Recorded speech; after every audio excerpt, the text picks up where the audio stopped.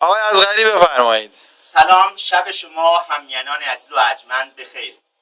طبق آخرین نقشه های بررسی شده سازمان هواشناسی که همینه که روی تصویر میبینید، بیشترین میزان بارش در این نقطه از کشور، این قلب یک مرکزی است به نام فاریابو، بارشی بیش از 150 میل بارندگی گزارش شده. همکاران ما اشاره کردند که بیشترین میزان بارش از فاریابو شده. خیلی خوشحالم کشاورزان منطقه فاریابو. خوشبختانه تمام آب انبارهای این منطقه آب آشامیدنی روستاییان عزیز پر شده و خوشحالن، خدا رو شاکرن که لطف الهی بالاخره شامل حالشون شد. انشالله در قسمت‌های بعدی بخش‌های مختلف خبری از آخرین اخبار هواشناسی به سم و نظر شما بینندگان عزیز و ارجمند، مخصوصاً کشاورزان فاریابو. غلوم جان خوشحال باش، بالاخره بارون برای تو که همیشه تلمبت خرابه بالاخره باری.